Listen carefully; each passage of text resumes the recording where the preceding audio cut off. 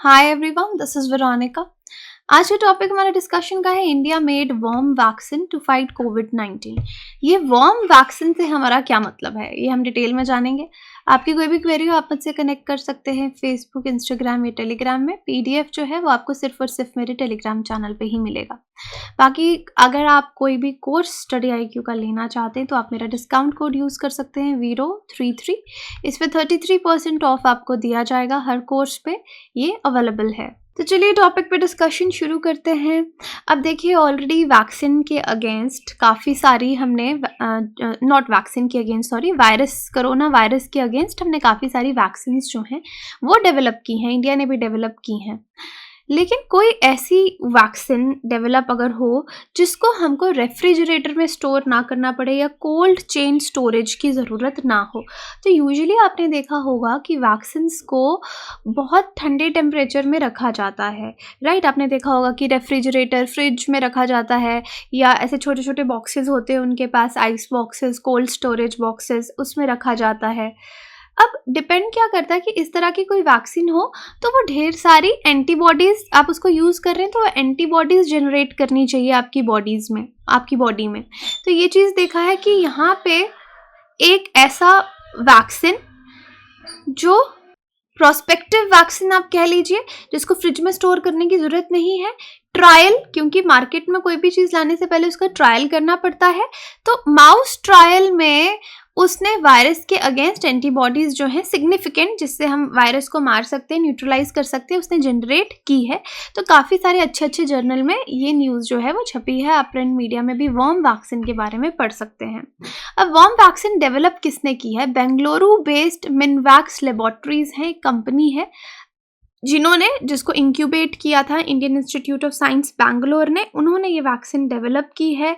और ऑलरेडी जितनी भी वैक्सीन है उनमें से ये एक यूनिक वैक्सीन होगी जिसको आप 37 डिग्री सेल्सियस पे रख सकते हैं 4 वीक्स तक, 4 हफ्तों तक, और 100 डिग्रीज पे आप रख सकते हैं उसको अप टू 90 मिनट्स तक आप उसको रख सकते हैं। किस पे? 100 डिग्री सेल्सियस पे वो ख़राब नहीं होगी। So this can be a huge achievement अगर ये मार्केट में आती है। अब बाकी जितनी भी वैक्सीन हैं आपको मालूम होगा कि उनको रेफ्रिजरेशन की ज़रूरत है, उसको ठंडा टेम्परेचर चाहिए, कम टेम्परेचर चाहिए, और या रूम टेम्परेचर भी चाहिए। लेकिन अगर आप रूम टेम्परेचर पे उसको रख रहे हैं तो कुछ घंटे तक ही वो सही रहेंगी, जिसके अंदर आपको उसको यूज़ करना है, वरना उनका कोई यूज़ नहीं रहेगा। अगर हम इसको कंपेयर करें ऑक्सफोर्ड की एस्ट्राजेनेका वैक्सीन से, जिसको इंडिया में हम कोविशील्ड के नाम से जानते हैं, कोविशील्ड को आपने इसका टेम्परेचर रिक्वायरमेंट कितना है? 2 degree Celsius to 8 degree Celsius. और फाइजर जो है उसको तो स्पेशलाइज्ड कोल्ड स्टोरेज चाहिए, -70 डिग्री सेल्सियस तक का कोल्ड स्टोरेज जो है फाइजर को चाहिए, अदरवाइज इट वॉन्ट वर्क, वो किसी काम की नहीं है। तो टेम्परेचर स्टोरेज के लिए देखिए यहाँ पे लिखा ही है फाइजर के लिए -60 टू -90। और लेकिन इंडिया के पास तो प्रॉब्लम ही है, हमारे पास तो इतना कोल्ड चेन स्टोरेज ही नहीं है। शहरों में फिर भी मिल जाए शायद, लेकिन अगर आपको रूरल एरियाज़ में, दूर दराज के एरियाज़ में इसको लेके जाना है तो हमारे पास फैसिलिटी ही नहीं है। और इनफैक्ट बहुत सी कंट्रीज़ के पास इतनी ज़्यादा कोल्ड चेन कैपेसिटीज़ इतने टेम्परेचर पे नहीं होती, क्योंकि कुछ वायरसेस, ड्रग्स, केमिकल्स या टिश्यू सैंपल्स ऐसे होते हैं जिनको आपको कम टेम्परेचर पे ही रखना पड़ता है, तभी वो काम करते हैं। मॉडर्ना की बात करें तो टेम्परेचर कितना चाहिए स्टोरेज के लिए? ये सारी वो वाली वैक्सीन की हम बात करें जो कोरोना वायरस के अगेंस्ट बनाई गई हैं, -20 डिग्री सेल्सियस। लेकिन इसको आप 2 डिग्री से 8 डिग्री सेल्सियस पे भी रख सकते हैं रेफ्रिजरेशन में, तो 1 महीने तक ये काम करेगी। सो इंडिया में डेफिनेटली इतना कोल्ड चेन तो है कि 2 से 8 डिग्री हम रख सकते हैं, but that is also limited. जैसे पोलियो वैक्सीन जो इंडिया में यूज़ होते थे इम्यूनाइजेशन प्रोग्राम के लिए, उनको -20 डिग्री सेल्सियस पे रखा जाता था।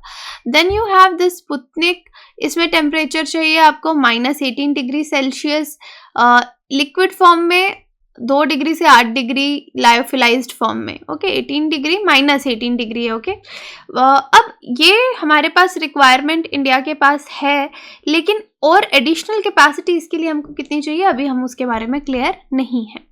अब ये जो टेस्ट है इस वैक्सीन का, कि आप ओके बोल रहे हैं कि इसको हम रूम टेम्परेचर में रखेंगे, कोई दिक्कत नहीं होगी, 90 मिनट्स तक तो 100 डिग्री पे भी रख सकते हैं, बट ऑब्वियसली 100 पे रखना नहीं है हमको। सो वी हमारे लिए मैटर करता है 30 डिग्री से 45 डिग्री या 48 डिग्री तक का टेम्परेचर, जो इंडिया में मोस्टली हर जगह पे जाता है। लेकिन उस टेम्परेचर पे रखने के बाद क्या ये वैक्सीन काम करेगी या करती है? देखिए, अगर एक वायरस हमारी बॉडी में आ गया, सिर्फ आपको समझाने के लिए बता रही हूँ, तो हमको पता है एक वायरस को न्यूट्रलाइज करने के लिए हमको 5 एंटीबॉडी चाहिए। ये मैं आपको समझाने के लिए बोल रही हूँ, सो अदरवाइज इट इज़ डिफरेंट। ठीक है, 5 एंटीबॉडीज़ चाहिए, जो यूजुअली हमारी नॉर्मल वैक्सीन, जो बाकी की वैक्सीन है वो प्रोड्यूस कर रही हैं। लेकिन हो सकता है कि ये वाली वैक्सीन 5 की जगह 2 ही एंटीबॉडी प्रोड्यूस करे, तो क्या ये इस वायरस को न्यूट्रलाइज कर पाएगी, या ये भी 5 एंटीबॉडीज़ ही जनरेट करेगी, 5 या 6 एंटीबॉडीज़, जिससे हम इस वायरस को न्यूट्रलाइज कर सकें। न्यूट्रलाइज करना मतलब उसको मार सकें। सो इसको बोलते हैं एलिसिटिंग अ रिस्पॉन्स, कि उसमें क्या इतनी एंटीबॉडीज़ जनरेट होंगी। तो इस चीज़ का टेस्ट करना बाकी है कि सफिशेंट एंटीबॉडी रिस्पॉन्स प्रोड्यूस हो हमारे इम्यून सिस्टम के द्वारा, ताकि वैक्सीन इफेक्टिव रहे, चाहे आपका अल्फा वेरिएंट है, डेल्टा वेरिएंट है या ओमिक्रॉन है, जब ये वैक्सीन हम लोगों को दे रहे हैं। अब एग्जिस्टिंग वैक्सीन जो भी बनाई गई हैं, वो किस स्ट्रेन को देख के बनाई गई हैं? जो शुरू में चाइना से स्ट्रेन आया, वुहान स्ट्रेन को बना के सारी वैक्सीन डिज़ाइन की गई हैं। अब जो वेरिएंट्स जिस तरह से आते जा रहे हैं, अल्फा आ रहा है, डेल्टा आ रहा है, ओमिक्रॉन आ रहा है, अब उन वायरसेस में थोड़े थोड़े स्ट्रक्चरल डिफरेंसेस हैं। अब वो स्ट्रक्चरल वेरिएंट्स, उनमें जो डिफरेंसेस हैं, उसकी वजह से कई बार उनको वैक्सीन उनके खिलाफ उतनी ज़्यादा इफ़ेक्टिव नहीं शो हो रही। इम्यून सिस्टम जो एंटीबॉडीज़ बना रहा है, क्योंकि वो तो हमने वुहान स्ट्रेन को देखते हुए बनाई थी, जो नए वाले वेरिएंट्स हैं कई बार वो बच जा रहे हैं, न्यूट्रलाइज नहीं हो पा रहे हैं। एफिशिएंसी वहाँ पे, एफिकेसी जो वैक्सीन की है वो कम है। तो India's warm vaccine candidate effective against delta omicron variants, mice में तो अभी तक जो न्यूज़ के अकॉर्डिंग अगर हम जर्नल्स को पढ़ के माने तो इफेक्टिव है वो। लेटेस्ट स्टडी जो पब्लिश की गई है जर्नल वायरसेस में, उसने वैक्सीनेटेड माइस का ब्लड सैंपल लिया, जहाँ पे ये वैक्सीन हमने दी, और अलग अलग कोरोना वेरिएंट्स पे उसको चेक किया कि कितना ज़्यादा एफिकेसी वो शो कर रहा है। तो ये दिखाया कि माइस जिनको हमने डिफरेंट फॉर्मुलेशन वैक्सीन के दिए, अब वैक्सीन के डिफरेंट फॉर्मुलेशंस हम दे सकते हैं ना, कि कितना कॉन्सेंट्रेशन हम वैक्सीन का दे रहे हैं। टाइटर बोला जाता है, usually it is a unit जिसमें हम कॉन्सेंट्रेशन मेजर करते हैं। तो हम देखते हैं कितनी एंटीबॉडीज़ की ज़रूरत है जो SARS-CoV-2 वेरिएंट्स को मार रही है। तो यहाँ पे इन्होंने रेफरेंस स्ट्रेन के लिए VIC31 लिया, delta and Omicron variants corona virus, उस पर ये चेक किया। तो अगर हम कंपेयर करें VIC31, तो एवरेज यहाँ पे जो वैक्सीन का काम है वो थोड़ा कम हो रहा था। यानी वैक्सीन, जैसे मैंने आपको पहले समझाया, एक को अगर वायरस को मारने के लिए 5 चाहिए, तो यहाँ पे ये 14.4 फोल्ड रिडक्शन हमको न्यूट्रलाइजेशन में दिख रही थी अगेंस्ट ओमिक्रॉन वेरिएंट। अगर एक फॉर्मुलेशन हम इसका यूज़ कर रहे हैं, फिर कहीं पे 16.5 फोल्ड रिडक्शन हमको दूसरे फॉर्मुलेशन पे नज़र आ रही थी। तो ये जो भी वैल्यूज़ हैं रिडक्शन की, न्यूट्रलाइजेशन की, ये 2.5 एंड 3, तो मतलब अलग अलग कॉन्सेंट्रेशन वैक्सीन्स की अलग अलग वेरिएंट्स के खिलाफ यूज़ की करके देखा गया। तो देखा गया कि एफिकेसी जो है उसकी वो थोड़ी कम हो रही है। अब इसको एफिकेसी कम होना नहीं बोलेंगे, बेसिकली हमको ये पता चलेगा कि हमको कितना वैक्सीन का फॉर्मुलेशन बनाना है, ताकि सेम अमाउंट ऑफ एंटीबॉडीज़, आपका जो रिस्पॉन्स है वो जनरेट हो, जिससे वैक्सीन जो वायरस है वो न्यूट्रलाइज हो सके। ओके, अभी जो हीट टॉलरेंस है वैक्सीन का, या जो उसकी एबिलिटी है कि वो थर्मल शॉक सह सकती है, so this is very good, very promising, क्योंकि हमारे जो लो और लोअर मिडिल इनकम कंट्रीज़ हैं उनको इससे बहुत ज़्यादा फ़ायदा होगा। 10 बिलियन डोजेज हैं कोविड-19 वैक्सीन की, जो ग्लोबली लोगों को दी जा रही हैं। 51 कंट्रीज़ हैं जहाँ पे 70% से ज़्यादा लोगों को वैक्सीनेशन हो गई है, लेकिन लो इनकम कंट्रीज़ में यही परसेंटेज 70% ना होके 11% है। एंड कहीं ना कहीं प्रॉब्लम कोल्ड स्टोरेज से है, वार्म वैक्सीन आने से काफ़ी ज़्यादा फ़ायदा होगा। चैलेंजेस क्या हैं कि जो वैक्सीन हैं ज़्यादा हाई टेम्परेचर्स वो सहन नहीं कर पाती, टॉलरेट नहीं कर पाती, ख़राब हो जाती हैं। अब जैसे 3 ही पहले आपके पास वैक्सीन थी, जैसे human papilloma virus, meningitis, cholera, ये लाइसेंस थी WHO के द्वारा कि ये 40 डिग्री तक भी रह सकती है, इनको कोई दिक्कत नहीं है। इनको उन कम्युनिटीज़ तक भी पहुंचाया गया जहां पे हेल्थ केयर वर्कर्स नहीं पहुंच सकते थे या जहां पे इतना कोल्ड स्टोरेज कैरी करना मुश्किल था।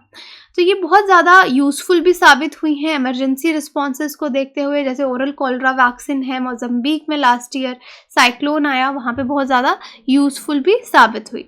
अब ये वॉर्म वैक्सीन हेल्पफुल कैसे है? तो जैसे मैंने आपको समझाया, क्योंकि कोल्ड स्टोरेज आपको हर जगह उठा के ले जाना है, अब वैक्सीन को ट्रांसपोर्ट करना बहुत ईजी हो जाएगा कि आपको बहुत ज़्यादा कोल्ड चेन के बाहर भी आप इसको ट्रांसपोर्ट कर सकते हैं, लिमिटेड सेटिंग्स में भी इसको यूज़ कर सकते हैं और लोगों तक पहुंचा सकते हैं। अदरवाइज वैक्सीन कैसे भेजी जाती हैं डेस्टिनेशन कंट्रीज़ में? आपने उनको फ़्लाइट से भेजा, फिर फ्लाइट में भी कोल्ड स्टोरेज रहता है, फिर आइस बॉक्सेस रहते हैं गाड़ी में, उनमें वैक्सीन रख के आगे भेजी जाती हैं, फिर आगे कोल्ड रूम में उनको भेजा जाता है, फिर जो लोग इसको ले जाते हैं, हेल्थ वर्कर्स लोगों तक ले जाते हैं वैक्सीनेशन कैंपेन में, उनके पास भी आपने छोटे छोटे आइस बॉक्सेस देखे होंगे। तो usually this is how the cold chain works. But कहीं ना कहीं बहुत गरीब और जो लो इनकम कंट्रीज हैं उनमें कोल्ड चेन की बहुत ज़्यादा प्रॉब्लम है, क्योंकि ये सर्विस होना एक बहुत बड़ा प्रोग्राम है। कोल्ड स्टोरेजेस हर जगह पहुंचाना, 8 मिलियन लोकेशंस पे सपोज आपने पहुंचाना है, इट बिकम्स वेरी डिफिकल्ट। अब देखो, हो तो जाएगा वैक्सीनेशन सबका, but it will take lot of time. आपको एक तो पहले वैक्सीन लानी है, फिर उसको संभाल के रखना है ताकि वो ख़राब ना हो, फ्रीज़र्स में, रेफ्रिजरेटर्स में, ट्रक्स में भी आपको फ्रीज़र्स और रेफ्रिजरेटर्स चाहिए। तो अभी तक जैसे 4 मिलियन डॉक्टर्स और नर्सेज इन्वॉल्व हैं इम्यूनाइजेशन कैंपेन में, तो अगर इस तरह का कोई वैक्सीन आता है, it will be very helpful, क्योंकि मैन पावर हमारे पास है।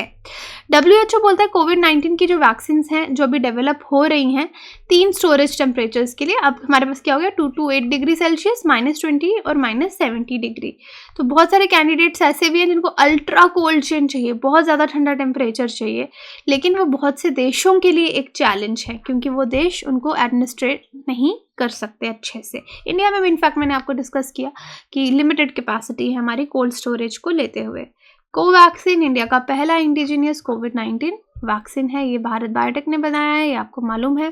Question, the first scientifically approved vaccine was oral polio vaccine, small pox vaccine, MMR vaccine, tetanus vaccine. आप मुझे कमेंट सेक्शन में बता सकते हैं या टेलीग्राम में पोल में पार्टिसिपेट करके आंसर जान सकते हैं। बाकी कोर्सेज के लिए you can visit website courses EMI पे भी अवेलेबल है। Thank you so much.